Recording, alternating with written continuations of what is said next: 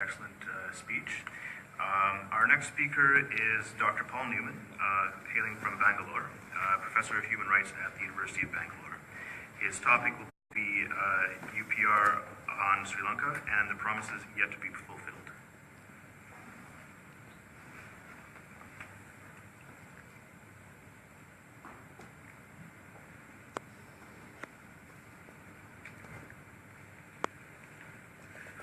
Good morning, ladies and gentlemen.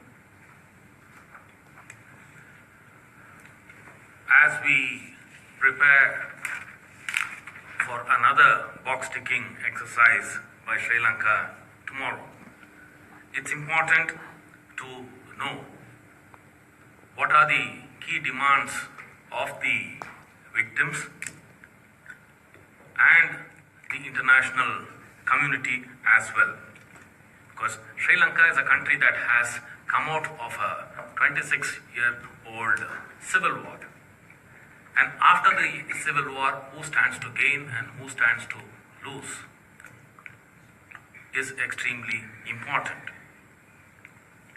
The victors took away everything. The vanquished have nothing. That is the sad story here in this modern civilization. It is in this context that organizations and institutions like the UN hold great hope to the people who have suffered enormously. It is in this context again that those who have suffered, the victims, look forward that some kind of justice would be rendered to them. But as I began, Sri Lanka merely competes with itself only in a mere box-ticking exercise that has happened over the last two UPRs. The first UPR of Sri Lanka was in the year 2008, in which it received 95 recommendations from 39 countries. In all, it accepted 52 of these recommendations to be implemented over a period of 4 years, which were never really implemented on the ground. Sri Lanka rejected 25 of these recommendations and with no clear position on 8 of them in the year 2008.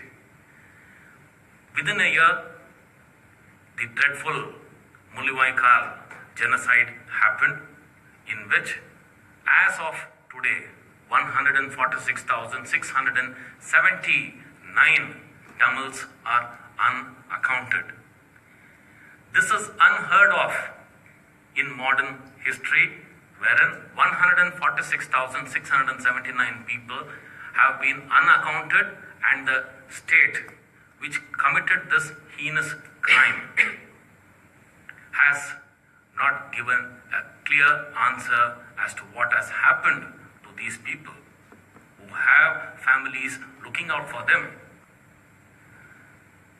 In this context, when Sri Lanka moved over to the next UPR in the year 2012, an overwhelming 210 concrete recommendations were made by 99 countries. So the number of countries making recommendations increased. From 52, it became 99. That shows that the world was concerned about what was happening in Sri Lanka.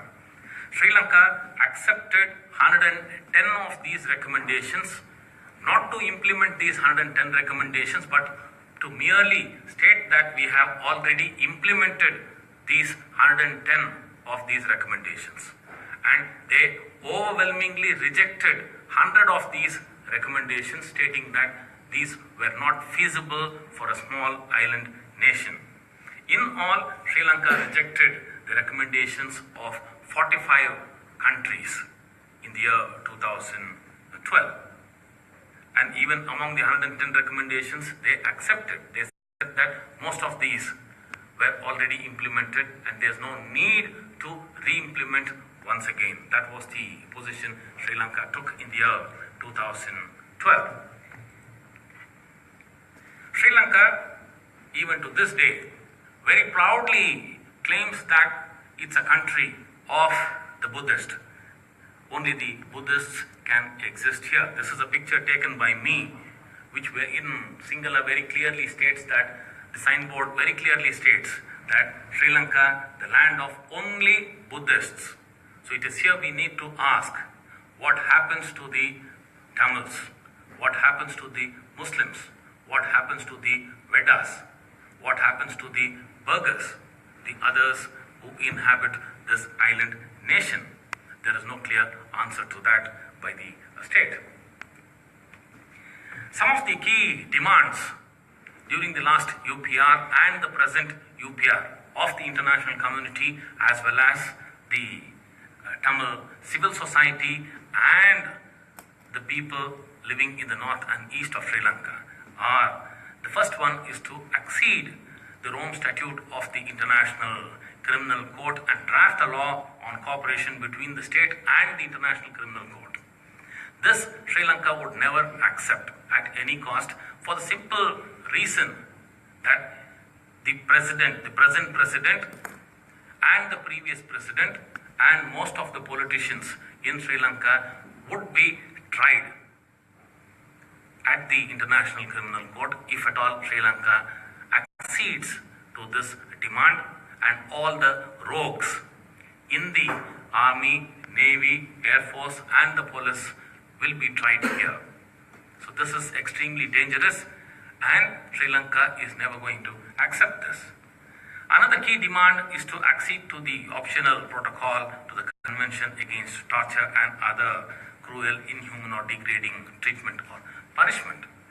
Sri Lanka has been stating that there is no torture in the island. In yesterday's side event, we very clearly saw the clipping by Associated Press, which came out with a wonderful report just last week on how torture continues without impunity, with impunity, with the connivance of the state, which turns a blind eye whenever it is committed by the members of the armed forces. Another key demand is to sign the International Convention for the Protection of All Persons from Enforced Disappearance. Here Sri Lanka has set up the Office of the Missing Persons, the OMP, but then the manner in which it was set up is questionable, for the simple reason that here in the panel itself we have a lady whose husband is missing. People like her, were they consulted when this Office of the Missing Person was set up, is a question we need to ponder and ask, because anything new that is to be implemented has to be with the consent of the victims. It is the victims who need to have an upper hand and decide what they want, because here we are dealing with human lives and the victims are not beggars. You can't simply throw things on them and ask them to accept what you are throwing at them. This is not the way international conventions and international instruments are assigned. In that context, when the Office of the Missing Persons was established, the question asked is it operational? How far is it feasible? The government has no answers to that. The next demand was to fully incorporate the Convention on the Elimination of Discrimination Against Women into its domestic system. Today we have 89,000 war widows, Tamil war widows to be extremely specific, 89,000 Tamil war widows in the north and the east. The north and east of Sri Lanka have more than 25% of families headed by women. Nowhere in the world you can come up with such staggering statistics wherein 25% of the families are headed by widows who have lost their husbands, not in a natural way, but in a bloody war in which they did not have a role at all. During the course of the war, all of us know, 160,000 houses were destroyed by the armed forces. So it is here that these women are rendered homeless. These women are the ones who are the breadwinners for their families. In this context, what has the government got to say to these 89,000 war widows who still languish without a support of a male in the families and without proper food, shelter, young children to take care of, young children to send to the schools, many mouths to feed, including those of the elders who are there in the family. So will Sri Lanka answer these Tamil war widows is a question we need to raise. The next demand was to abolish definitely death penalty. Sri Lanka has a moratorium on death penalty, but then Sri Lanka has not abolished death penalty. But Sri Lanka has not been using death penalty of late. Then the next one was to adopt the draft bill on witness and victim protection, though there is a very loose bill operational in Sri Lanka. We need to know that the victims, the witnesses, both are living inside a cage protected by the Sri Lankan armed forces. Statistics show us that in the district of Mullaitivu, for every 2 Tamil civilians, there is 1 member of the armed forces. So in such a situation, can a witness come out and speak openly about what has happened to him, her, his family members, her family members, or any relative? It is here that demilitarization becomes extremely important. It is here that international standards need to be applied in order to protect the witnesses, because torture, rape continues unabated, and most of the times they go unreported because the victims need to live amidst the armed forces who are aliens to the Tamil land. The next important issue is to adopt legislation on appointments that would ensure the independence of Human Rights Commission. It is not only in Sri Lanka but in the entire South Asian region. All appointments, judicial or otherwise, are made at the whims and fancies of the politicians. Appointments are not made on merit. Appointments are made as a favor if you have rendered services to the politicians. So it is here that once again, when appointments are made to the Human Rights Commission, they need to be extremely independent, and the victim's perspective must be taken into consideration. The other key demands have been to fully implement the recommendations of the now defunct LLRC. The LLRC report was something that came out, and Sri Lanka presented it to the entire international community, stating that something new is going to happen. The resolutions that have been coming up right from 2012. Okay. I was telling you that there's time to 3.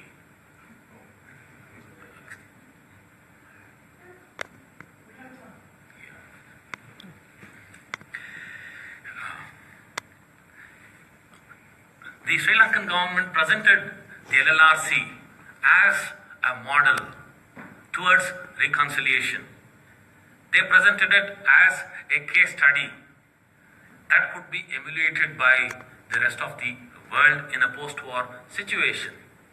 But to this day, nobody knows what has happened to the LLRC and the implementation part of it. Though 4 resolutions have come up based on the LLRC is now in the back burners. Nobody knows what has happened to this document. Then, country-specific USA sought the removal of the military from civilian functions. Civilian functions, we understand even to this day, the soldiers are free enough to enter any school in the north and the east and teach Sinhalese to the Tamils. And the Tamils do not know this alien language, nor should they know, because it is not their language. And who teaches them? It is the military that has taken up this noble task of teaching Sinhalese to the Tamils. USA further sought the creation of mechanisms to address cases of missing and detained, issuance of death certificates, land reforms, devolution of power, and disarming paramilitaries. Among this, only the disarming of the paramilitaries has taken place because Sri Lanka is in extreme external debt. They are not in a position to pay people like Karuna, Pillayan, Douglas Devananda, all these people. So they have disbanded the paramilitary forces because they no more need these rogues. The job done by the rogues is now being done by the armed forces itself. The armed forces is more than capable of inflicting double the violence which was inflicted by the paramilitary forces. Land reforms, thousands and thousands of acres of Tamil land is still under the control of the Sri Lankan armed forces, which are present in the name of the high security zones. Sri Lanka stated that it has reduced its regiments from 150 to 120 to hoodwink the international community. In reality, yes, they certainly did reduce the regiments present there from 150 to 120. But then the number of personnel were not reduced. The number of soldiers who were there were 150,000 when they had 150 regiments. Now there are 120 regiments present there, and the number of soldiers is the same. 150,000 soldiers are there. So the number of soldiers was not reduced at all. And what has happened to those who are missing? They are still missing. Nobody knows where they are. The government simply says that we don't know. They might have escaped, they might have gone to a foreign country, they might be alive. But then there is no record. That is the answer given by an irresponsible state. The next one was to adopt a national policy to provide human rights defenders with protection and ensure investigation and punishment of threats or attacks against them. This again continues. We have people like Ruki Fernando and others who have been victims of this. So Ruki is an international human rights defender, so his case has come out openly. But then what about those who are living in the Tamil areas? When they speak up, when they voice their concerns, what happens? What happens to the students in the Jaffna University if they speak up for their rights? Who's going to defend their rights? This is what we need to ask. The next one was to fully cooperate with the UN human rights mechanism. Yes, Sri Lanka has been very, very beautifully cooperating with the UN human rights mechanisms only by ticking the boxes. But after ticking the boxes, are they really implementing? This is what the UN needs to monitor. Even after monitoring, what are they going to do? Is the question the victims keep asking. Is there an answer by the UN? Because Sri Lanka lacks professionalism. They are emotionally entangled with the violators who happen to be Sinhalese, who happen to be one among them. That is the crux of the problem here. The next demand was to publish the names and places of detention of all the imprisoned persons. So far, the Sri Lankan state says that it has released around 11,000 to 12,000 people from its detention centers. But this year itself, we have seen in this very hall the report prepared by Yasmin Suka on the Joseph torture camp. The fourth floor continues in Sri Lanka. And there are victim families who demand the names where their missing people have gone, who demand the names of those in detention centers to be published. There are people who are imprisoned as political prisoners, and these Tamils who have not committed a crime, 99% of them are innocent, but the state is adamant not to reveal details about them. The next one is to take action to reduce and eliminate all cases of abuse, torture, mistreatment by police and security forces. So we have been discussing on this as to what has happened. The Sri Lankan state is simply blind over this issue. The next is to end impunity for human rights violations and fulfill legal obligations regarding accountability. Here, the president very beautifully keeps singing the same song like a parrot. He says that nobody from the security forces will ever be punished. This comes from the mouth of the president. If the president is unwilling to punish the war criminals, what else can we look forward to from this country? Then there are demands to strengthen the judicial independence by ending government interference with the judicial process. But then here in Sri Lanka, nothing can be independent. Everything has to be in connivance with the government. It is the government that decides what needs to be done. So there is no fair play, there is no independence, and there are no transparent mechanisms.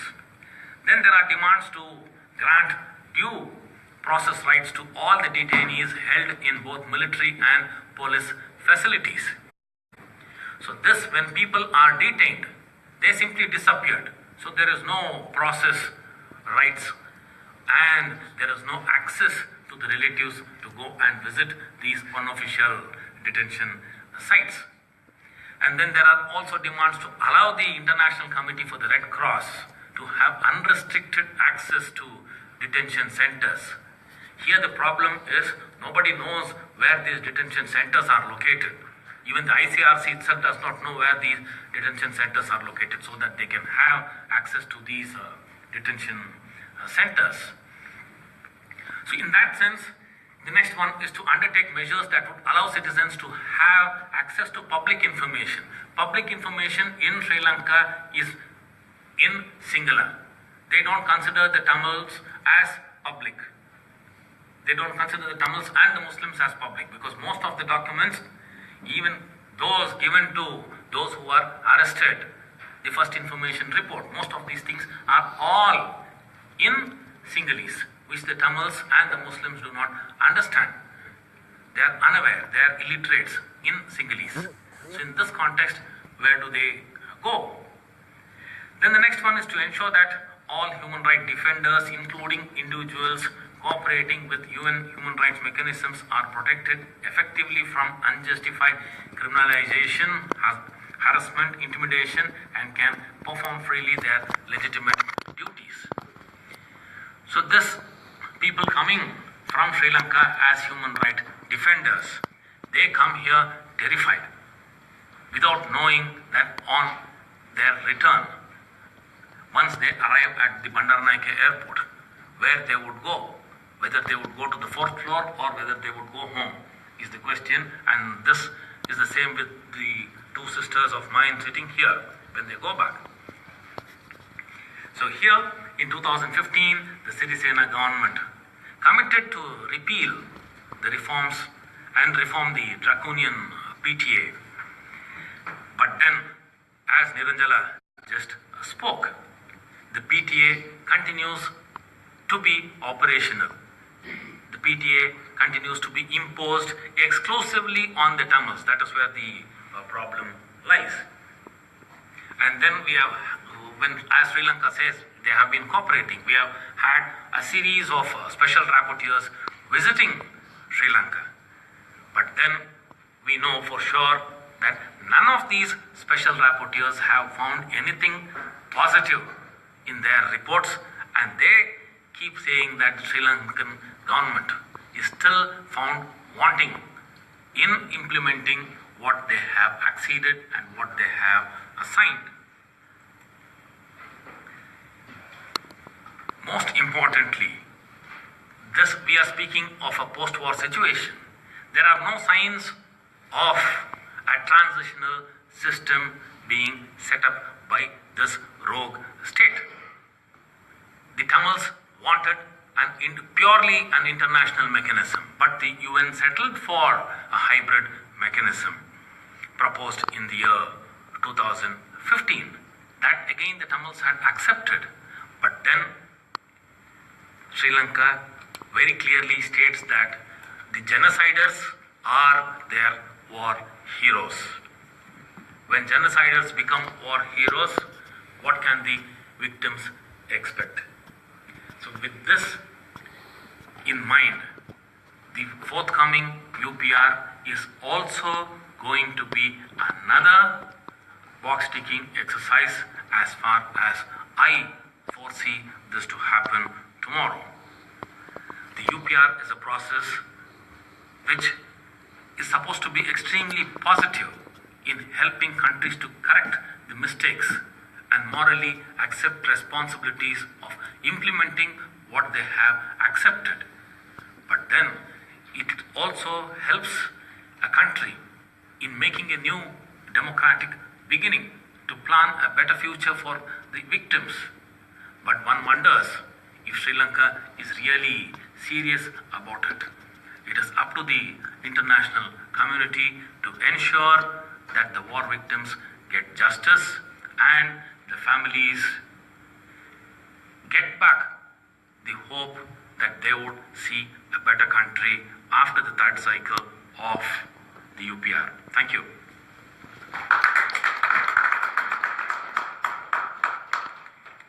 Thank you very much, Paul, for that.